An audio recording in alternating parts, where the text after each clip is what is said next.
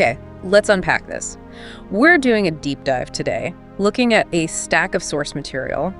Basically, a narration telling the story of a specific project. That's right. And our mission, if you will, is to follow how this forms handling system got built inside a growing company. Yeah, we want to pull out the key lessons, maybe some surprising bits, and just see how it went from a simple need to this really comprehensive solution. And it tackles problems that I think are pretty relatable for a lot of us. Oh, definitely. Bureaucracy, lost paperwork, things just grinding along super slowly. Who hasn't felt that? This story hits those frustrations head on. What's really interesting in this narrative is seeing that kind of widespread admin pain point, managing forms, actually drive some pretty big tech changes. This dive gives us a real phase-by-phase look at how it all developed, pushed by what users actually needed and, well, the fact the company was growing fast. Right. So, okay, where did it all kick off? The sources give us a pretty vivid before picture. You've got the HR department, the company's getting bigger, and they're juggling onboarding, offboarding, staff changes, all using these things called notification forms, which weren't even system forms, right? They were just Word documents. Exactly. MS Word docs. Okay. And the process around them sounds almost comically inefficient. Yeah. The description talks about printing them, physically walking them around for a manual signature. You can almost picture it. Oh, wow. Then scanning them back in just to email them.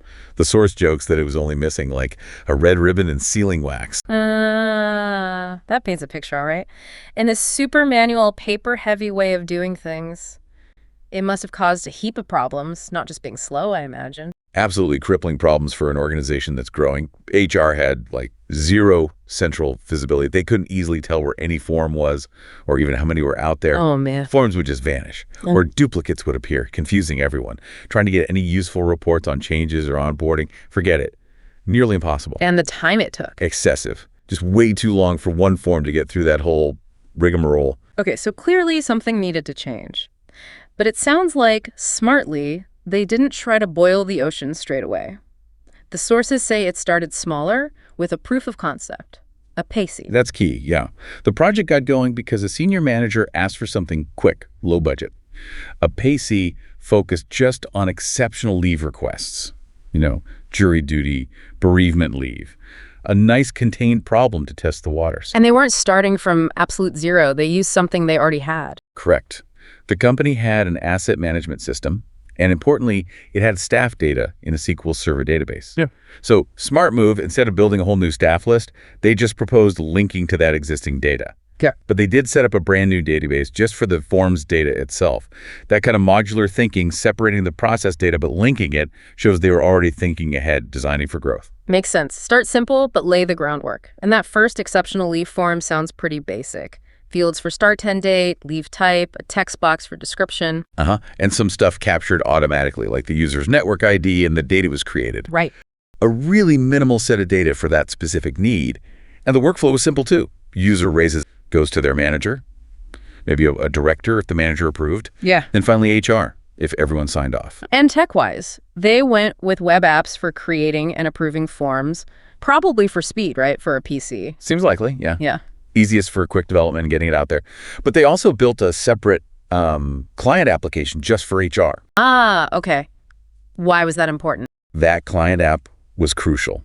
It gave HR that central view, the oversight they completely lacked before. They could actually see the forms moving through the stages. Wow. Finally. Finally. Now, here's a really interesting bit the source mentions. After the simple form went live, they actually saw more requests being submitted. An increase. It does sound a bit backward, doesn't it? You build a system to manage something and suddenly people are doing more of it. But the insight from the source is really powerful. It was just easier to fill in and submit the form online compared to wrestling with the old paper way. Ah, okay. And that ease meant users started formally requesting leave they might have skipped before or just handled with a quick chat. It encouraged them to use the proper channel. Wow. So simplifying the process didn't just speed things up, it actually changed how people behaved. And maybe even surfaced demand that was hidden before or brought informal stuff into a trackable system. Exactly. That's a really big lesson right there. Process improvement isn't just about automation. It can change things in unexpected ways. Precisely. It shows how friction in a process can actually suppress activity. Yeah. Reduce the friction, and you might find out what the real need is. Okay, so the PSC for exceptional leave, clear success. Prove the value, gave them some unexpected learnings. What was next? Phase 2. Phase 2 moved on to another major pain point, onboarding new hires. Yeah. The issue was HR's own recruitment system didn't really talk to other departments like IT. Not until the person actually started. Oh, the classic. Someone turns up on day one, all keen. Yep. And bam, no computer, no network login, can't do anything. Exactly that. And the source really stresses how bad this was, especially for temps. They often had short contracts, so losing even a day or two waiting for IT setup was a big deal. Yeah, you can't afford that. So they needed a new start form to trigger actions in other departments before day one. Sounds like defining that form was more involved than the leave one, meetings with different departments. It was definitely more complex. The requirements list grew. Yeah. Name, manager, department, division, job role, start date, end date for temps, working pattern. A lot more data needed than for the PC. Right. And given this complexity, plus knowing more forms were likely coming down the line, they made a key technical choice here. They did. They decided to build a modular client application. The idea was to create reusable bits of code, reusable structures that could handle this new start form, but also be easily extended for future, even more complex forms. Smart. Planning ahead. Data still went into that main enterprise SQL Server database, though. Okay. And the workflow for this new start form, initially simpler. Fairly simple to start. Hiring manager fills it out, submits it, and then notifications automatically go to all the relevant departments, IT, facilities, whoever needed to know. But the source mentions a couple of requirements that came in late but turned out to be super useful. Yes, 2 key ones. The ability to partially fill a form and park it, save it as a draft if you didn't have all the info yet, and the ability to clone a form. Clone? How did that work? So managers could just duplicate an existing form, maybe for someone else starting in a similar role, and just tweak the necessary details. That cloning feature, the source notes, was incredibly helpful. Especially when? Especially during the COVID-19 pandemic. Apparently, temporary staff hiring went way up, and being able to quickly clone those similar setup requests saved a ton of time. Wow, that's a real-world test case right there. Shows how building in that flexibility, even if it wasn't in the initial spec, can really pay off later when things change unexpectedly. Absolutely. It's a big argument for adaptable design. And HR, of course, could see all these new start forms in that same client application they used for the leave requests, building up that central picture. So phase 2 success. Departments got notice, managers were encouraged to submit forms earlier, IT could get stuff ready. Those day one delays got reduced. Big win. Yeah, a real shift from scrambling reactively to being prepared proactively. All right, that brings us to phase 3. And this sounds like the big one, tackling all the ongoing changes for existing staff. This was the heavyweight, for sure. Automating the notification of changes forms. I mean, think about everything that can change for potentially thousands of staff over time. Department moves, manager changes, job titles, working hours, office locations. Yeah, it's a lot. The requirements gathering for this phase must have been pretty intense, pulling in people from all over. And just the number of different types of changes. The system had to handle at least a dozen different form types right from the start, and they knew that number would likely grow, which it did eventually hit 17 different forms for various scenarios. 17 different forms, each potentially needing slightly different information. That sounds like a database design puzzle. How did they structure it to cope with that? They basically doubled down on that modular approach, but for the database itself.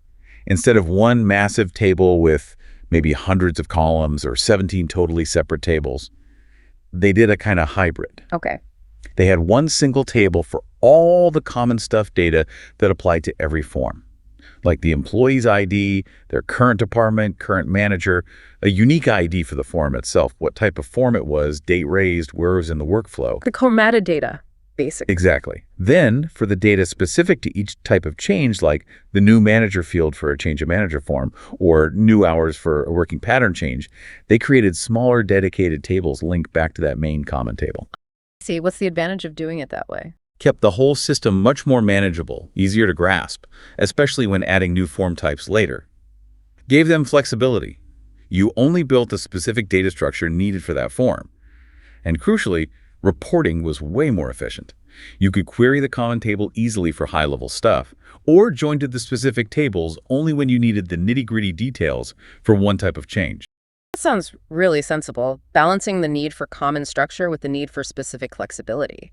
And the workflow for these change forms, that ramped up in complexity too, didn't it? Oh, massively. Authorization got much more complicated. It depended entirely on what kind of change was being requested. The source mentions for the really complex ones, a form might need to go through 5 levels of approval. 5 levels. That's a lot of potential places for things to get stuck. So visibility for the user, knowing where their request was, must have been absolutely critical. Unnegotiable. High transparency was a core requirement. Automated notifications went out to the person who raised the form and anyone else involved at every stage change. When it moved up, when it got approved, even if it got denied, everyone was kept in the loop. And they built that status page into the client application we talked about. Yes, and that page was, well, a game changer, according to the source. It let anyone connected to a form, the raiser, the subject, and approver, just look up the status themselves. Instead of calling HR. Exactly. The source explicitly says it radically cut down on the number of calls and tickets directed towards HR, just asking, where's my form at? Giving people self-service info like that, huge benefit, reduces the support load massively. And to stop things getting stuck in those multi-level workflows, they built in more automation, beyond just notification. Right. If an approver just sat on a pending form, the system would nudge them with reminders every couple of days. But they also built in an escalation path. Okay, what if the reminders didn't work?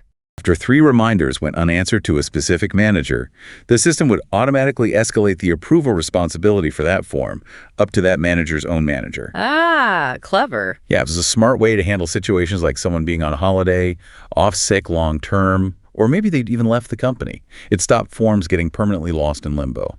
That escalation logic, that's really thinking about resilient process design, planning for the human bottlenecks and building an automated way around them. Okay, so they nailed exceptional leave, got new starters sorted, built this complex engine for 17 types of changes with workflows and transparency. What about reporting once it was all running? Reporting became a huge focus, yeah. And suddenly they could generate metrics that were just, well, completely impossible before with paper or scattered systems. Like what? What could they suddenly see? They could easily track the sheer volume of forms going through each month, measure the actual time it took for different form types to get fully processed, pinpoint specific forms, or even specific managers that were becoming bottlenecks in the approval chain. That's powerful. And even flag forms that were stuck because the assigned manager wasn't there anymore. That data gave them the power to actually monitor and continuously improve the processes. Knowing where the jams are is definitely the first step to fixing them. So looking back, the system grew massively, handling everything from tiny working pattern changes to big organizational shifts across all 17 form types. Quite the journey from those manually signed Word docs. A total transformation. Okay, let's try and pull the main threads together from this deep dive. The source concludes that getting these 3 big areas automated, the leave, the new starts, the changes, was definitely a success overall. It really was. And it highlighted how valuable it is when different departments actually work together on a shared problem, like making admin easier and clearer for everyone. Yeah, and that unexpected bonus the source mentioned using the exceptional leave data during the COVID pandemic to help track affected staff. Another case of a system built for X proving useful for Y in ways they didn't predict. And technically, that reflection on the workflow implementation is really interesting. The source points out that early on, the workflow rules were mostly hard-coded in the application. Right. But later, for those more complex Phase 3 forms, they shifted to a data-driven workflow, where the rules were stored as configuration data in the database itself. And the big lesson learned there. That data-driven approach was much easier to change when requirements inevitably shifted for a form's approval steps. Way more flexible than having to dig into the code, change it, test it, redeploy it. The source even has that classic developer joke about wishing they could go back in time and tell their past selves. The classic "if I knew then what I know now" moment. And it mentions they use PowerBASIC, reusing existing libraries. So not necessarily cutting-edge tech, but leveraging what they had. Exactly. It wasn't about the shiniest new tools. It was about smart application of the resources and knowledge they already possessed to solve a really pressing business problem. So zooming right out, this deep dive shows us a journey from, frankly, a messy, opaque, paper-based process to something efficient, transparent, data-rich, and just less frustrating for everyone involved, employees, managers, HR. And it's a great reminder that the real win often isn't just the automation itself, it's the human impact, making sure new people can actually work on day one, freeing up HR from chasing paper, giving people the visibility they need. Yeah, absolutely. And it leaves us with some solid takeaways for anyone thinking about process improvement, doesn't it? Start small with a PC, think modularly for software and data, and remember that just making something easier can have surprisingly positive knock-on effects. Which really leads to a final thought for you, listening in. How might tweaking a seemingly small process in your own world, making it less difficult, more transparent, change how people behave? Or maybe uncover insights you weren't expecting? Or flipping that, where might processes be causing hidden friction or problems simply because they're too hard or unclear? What could happen if you design for that flexibility right from the start, even if it feels like overkill initially? Well, this was a fascinating deep dive. Thanks for joining us.